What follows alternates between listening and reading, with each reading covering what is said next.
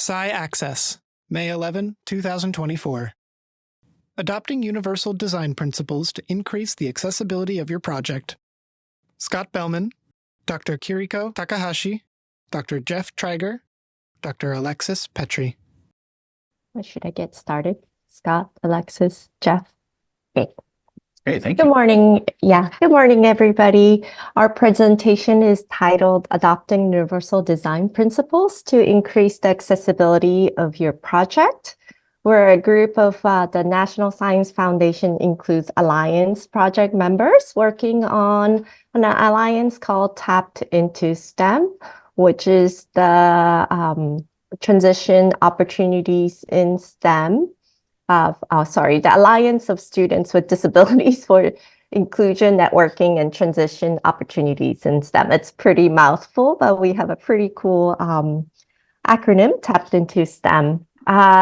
Today, the Alliance has 6 regional hubs and 40 different institutions involved. My name is Kiriko Takahashi, and I use pronouns she and her. I'm a middle-aged Asian woman with long black hair, wearing dangling earrings. And I lead the Islands Hub at the University of Hawaii, Manoa, and I like to kick off this presentation. And I also like to recognize this month as the Asian American and Native Hawaiian Pacific Islander Heritage Month. Next slide, please.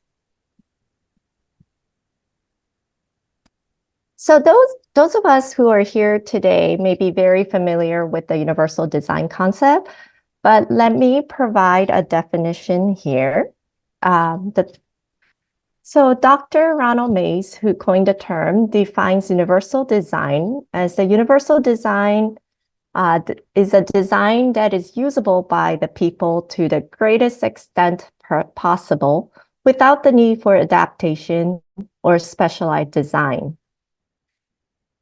Dr. Ron Mays and colleagues at North Carolina State University coined this term to have the understanding that the designing that meets the needs of disabled people will benefit everybody. So, well, why and how does universal design benefit the community? And why should we think about using universal design? Well, we're living in a world where diversity is the norm. In fact, about 16% of the world population have disabilities. In the United States, it's probably estimated to be about 20 to 25%. So it's really important that universal thinking, design thinking, can value the range of human ability and disability as a part of the natural occurrence and really address the ableist thinking or practice that often become the barrier in the STEM field.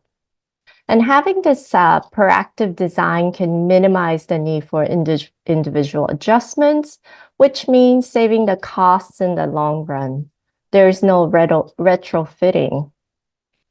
It can also minimize individual need for accommodations, that whole process of students' accommodation, and that really helps the students not needing to request for accommodations and go through the whole process.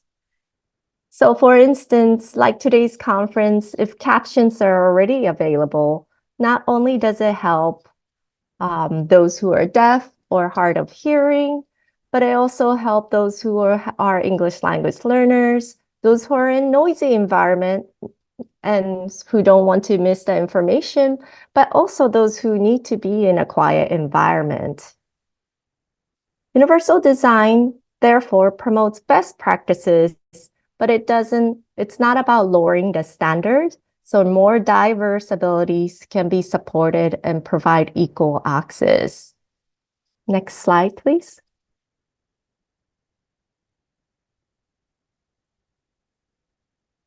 So in our project, we try to utilize universal design to increase access to project. And one of the very first thing for our Alliance or the Islands Hub thought about is, what are the issue? What is the main problem of why we need to think in this framework? And the main problem is because there's little diversity in student participants or very few students with disabilities, especially those from underrepresented groups are involved in these type of STEM projects or the opportunities that we often provide. And in thinking about that, we need to think why. And because the typical recruitment does not recruit students with disabilities or underrepresented groups. And why is that? Because there are certain barriers.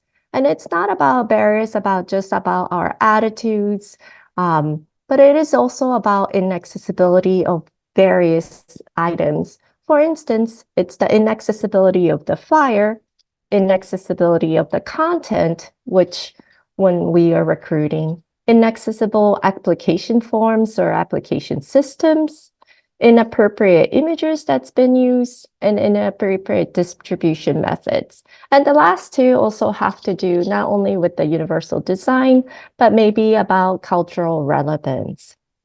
So in our alliance and in our program, what we did was in order to do appropriate recruitment, we obtained inputs from students with disabilities and other underrepresented community members to identify the best method in recruitment. Next slide, please. So inaccessible flyer, which means in order to make the flyer accessible, we need to create the documents with accessibility in mind from the beginning so that the screen readers and other technologies can be utilized to access the flyer easily, or having a QR code where they may not have access to a full laptop, but can access that information through their phones. And Scott later will talk a little bit more and provide resources on how to create these accessible documents. The next one is the inaccessible content.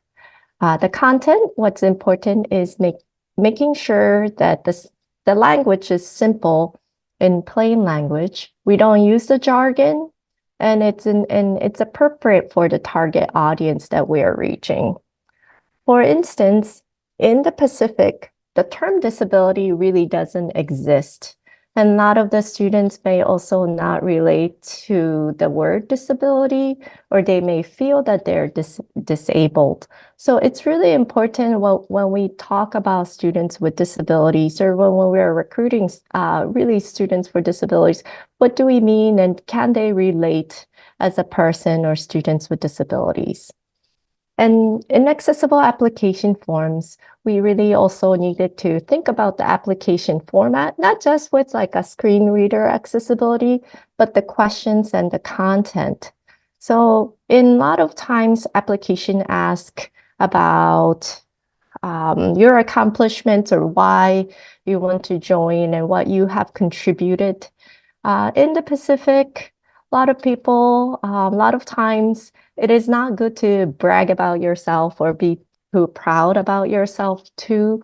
So, and persons with disabilities in the community may not want to be disclosing so much about themselves. So it's really from the stakeholders, what we learned is it's really important to reframe the questions to tie it back to the community. What have the students contributed to the community, and they're better able to talk about the community and how their relationship to the community. So making sure that those type of questions are included in the application form to really be able to consider the way that they, to understand why they want to participate in the project. Inappropriate image, it's as you might know, like it's really important to have different color diversity of the image and images that appeal to the group.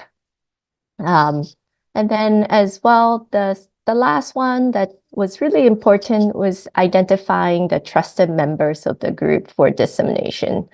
Talking about disabilities may not come across well to certain groups, and it's really important to identify the right person who can support your project and make an alliance to help in fostering that relationship with the group. So that is how we were able to increase the access to our project. And I'm going to pass over to Alexis and Jeff, who will talk a little bit more about the survey and the forms and making it accessible for our students. Morning. Maybe Jeff and I can do our introductions together, and then we're going to divide our talk just about in half. So my name is Alexis Petri, and I am a middle-aged woman of European American white descent with wavy, kind of whitish hair. My name is Jeff Traiger. I work also at the University of Missouri, Kansas City. I'm a middle-aged male with short gray hair. So Jeff and I are like bringing in the whitish grayish hair Yes.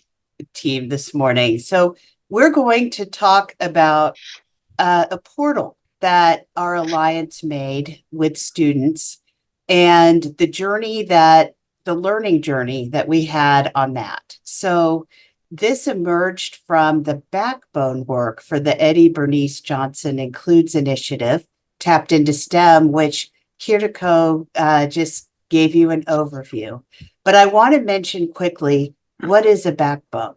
So a lot of times large alliances work through something called collective impact. And that's when large groups of people contribute to make a bigger impact than what any of us could make on our own. So it's a theory that is basically, we're stronger together, we're better together. And that's how that plays out. And the backbone is one of the core elements that need to be present for collective impact. And I've often kind of cringed at the name backbone because in some ways in our speech, we talk about like having a spine or a backbone as being like the rigid person who's going to enforce stuff. And sometimes, that gets thrown onto my colleagues and I. And then I also sort of cringe when I think about like from a physical aspect of the backbone, but we're as sort of like where the nerves go up and down. But what we really are is the communication loop. We're the feedback loop that helps gather all of the inputs from students, from faculty, from stakeholders, and then to somehow have a way to make sense of that so it's usable information. Next slide, please. So one of the things that we really work on is understanding shared measures. How do we across the entire United States and territories and jurisdictions come together around a common agenda? So our common agenda is to help more students who identify with having some form of disability or identify with something similar to how we think about disability to complete their degree and transition to the STEM workforce. So also, as we've discussed, persons with disabilities are notably underrepresented in STEM education and in STEM employment. And we have a significantly smaller portion of disabled STEM degree holders and professionals compared to their representation in the overall US population. So the SOAR portal emerged as a way of aligning and coordinating through a mutually reinforcing activity of mentoring and fostering collaboration. So when we started, fancy, cool apps and technology can be a great thing, or they can be a major barrier. When we started, we were trying to save time for all of our students by having the evaluation come through as our backbone communication mechanism. But the problem with that is that our evaluator had a questionnaire that he wanted students to fill out each semester that had 150 questions. We worked really hard to get this down to about 100. And we put this in our portal that was student designed. It was so large that we spent all of our time just trying to get the cumbersome form to work, that we couldn't even address the universal design aspects of the actual questions in the form. And that was really hard for me as a researcher and person really dedicated to disabled STEM education to handle. It just became a problem. So we had a terrible start and launch. It was bad. And students actually took over a session about the portal during a convening and had almost a mic drop moment with the other students who were designing it and said, this does not work for us. But that was really good advocacy, and that gave the backbone a chance to say, we're going to regroup.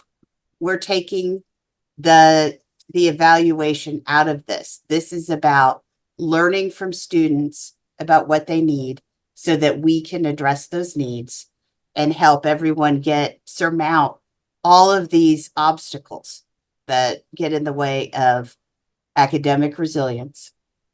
I need to speed up a little bit. Next slide, please, Jeff.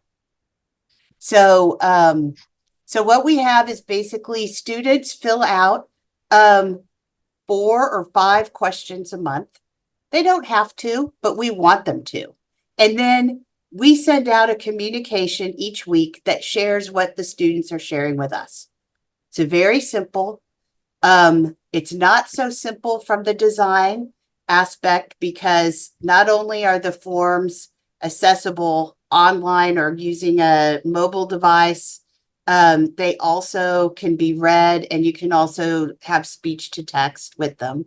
So they're accessible in every way that way. And we gathered 12 students and worked with them over a whole summer and paid them to help us design what are the questions that we need to ask and communicate back out to the Alliance so that they can address and tailor what's going on in the programming to better meet your needs. Next slide, please. All right. So as Alexis mentioned, I think that one of the biggest pieces of the for a hub lead like Kiriko, myself, and Scott is the flexibility of the backbone to change when needed. We want to know a lot of information, but there's very few things that are crucial, and then those are the things that stuck out for students. And we are able to get, and one of those things is some qualitative data. And so the SORT portal collects information, insights for students. So you can see here a couple quotes. The patience and understanding are crucial when you're working on with students in a mentor relationship. The portal provides the Alliance staff guidance. So those of us who are helping students in the mentorship, there's a collective voice with this, with the portal and the results of that. So we can take a more proactive approach in scheduling events and picking activities and topics, so that and be able to shift during the semester when things get really stressful. And that is reflected in these responses. What's interesting is that this was an intentional design that was made for students and by students. So I think that part is the prioritized user-driven design is what we called it. This idea of the communicator roles of human-to-human communication with expertise in higher ed. So those of us who know what's helpful for students can help drive some of that, but also we have to check in and make sure that we're not leading the students too far down the road, that we're walking hand in hand with them. So the content to content interaction, expert facilitated the seamless communication between these different content elements. Well, what that means is that students were able to select their own questions, really what things that they thought were most meaningful to them throughout the semester. 12 students in one summer was brought together by the Backbone, and they spent weeks in developing just 5 of those 100 questions. And so those are the ones that were most meaningful to them and would be able to help them throughout the semester.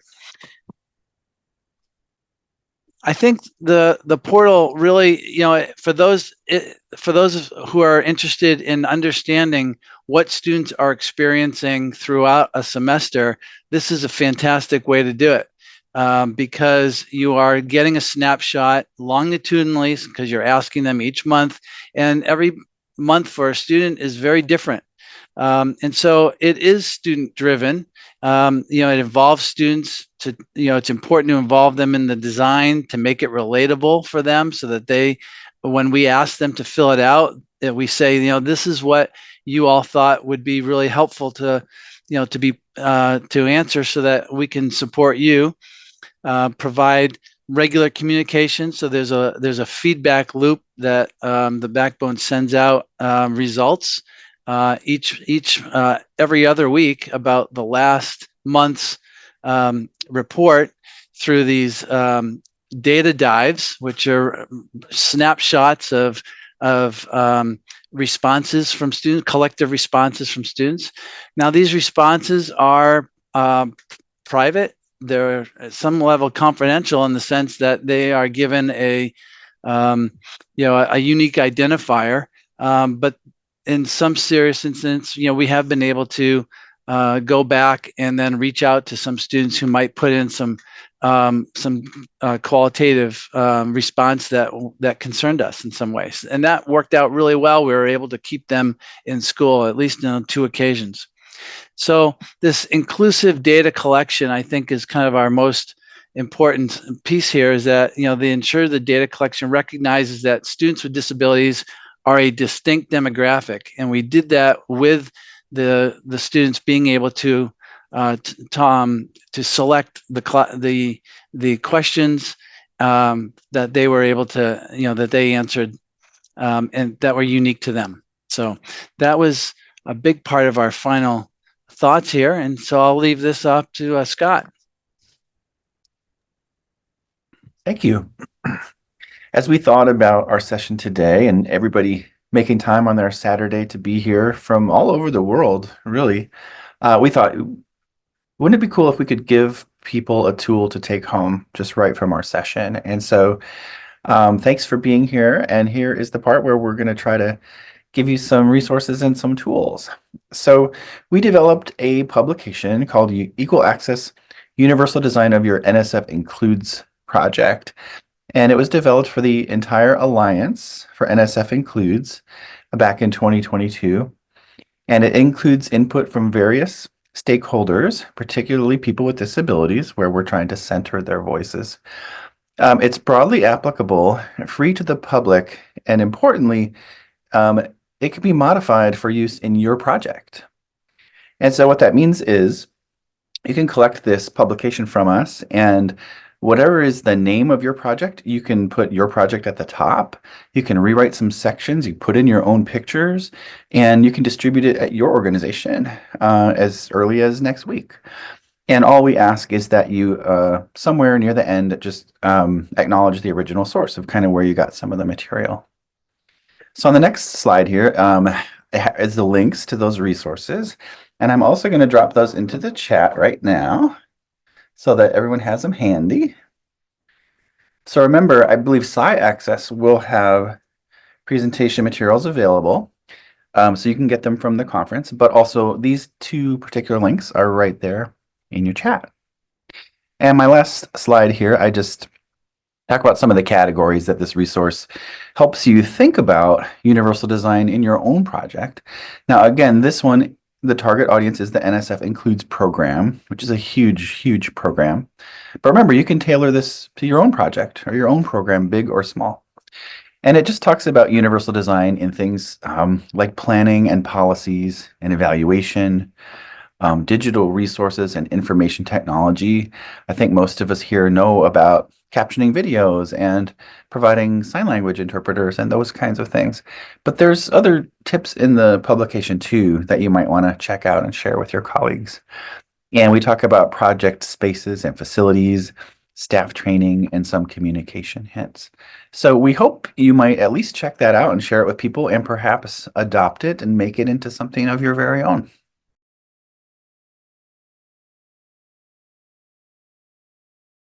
We do have one question from Gala. Were you focused on university buildings accessibility or only on the learning part or instructions?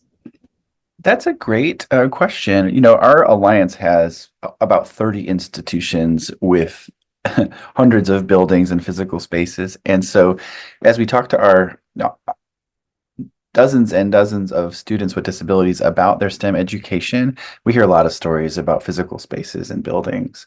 And a lot of our most beautiful campuses are the oldest, right? So that is covered in all of our thinking about universal design and providing education. And there are some tips in that publication as well about physical spaces.